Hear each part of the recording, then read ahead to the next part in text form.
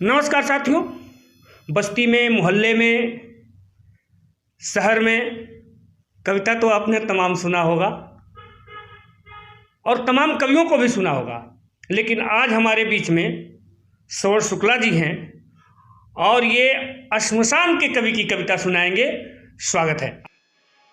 एक व्यंग देखिए आप, देश की तमाम स्थितियां, देश के तमाम आचार विचार व्यवहार जिन पर कवि की नजर जाती है और कवि अपने व्यंगों के माध्यम से उन पर चोट करना चाहता है। इस प्रकार की एक कविता कुछ हास्य की चाशनी में लिपटी हुई आपके सामने प्रस्तुत है। हुआ यूं कि रात्रि के अंधकार में, हुआ यूं कि रात्रि के अंधकार में, मुर्दा नगरी के संसार में, यानी कि शमशान घाट में।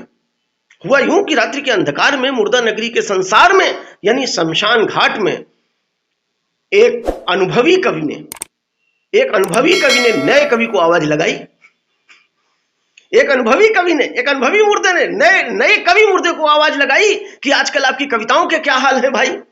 कवि मुर्दा बोला, यहां पर कविताएं भगवान बचाएं, यहां पर कविताएं भगवान बचाएं, यहां तो जिंदगी खुली किताब है, फर्जी आंकड़ों का नहीं कोई हिसाब है, ये तो स्वच्छंदता का घर है। यहां कविताओं के लायक कहां मैटर है, यहां कविताओं के लायक कहां मैटर है। बाद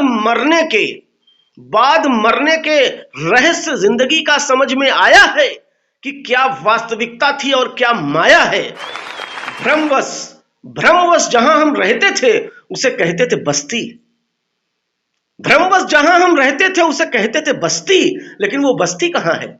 वो तो रोज उजड़ती है। सिर्फ एक ही बस्ती है जो हमेशा बसती है, कभी नहीं उजड़ती है। वो अपनी मुर्दों की बस्ती है, वो अपनी मुर्दों की बस्ती है।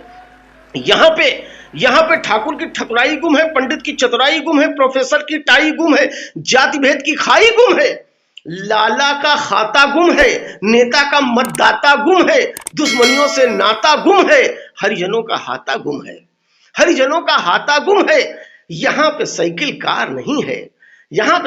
कार नहीं है, बंधुआ से बेकार नहीं है, घृणा देश की मार नहीं है, स्वार्थ का बाजार नहीं है।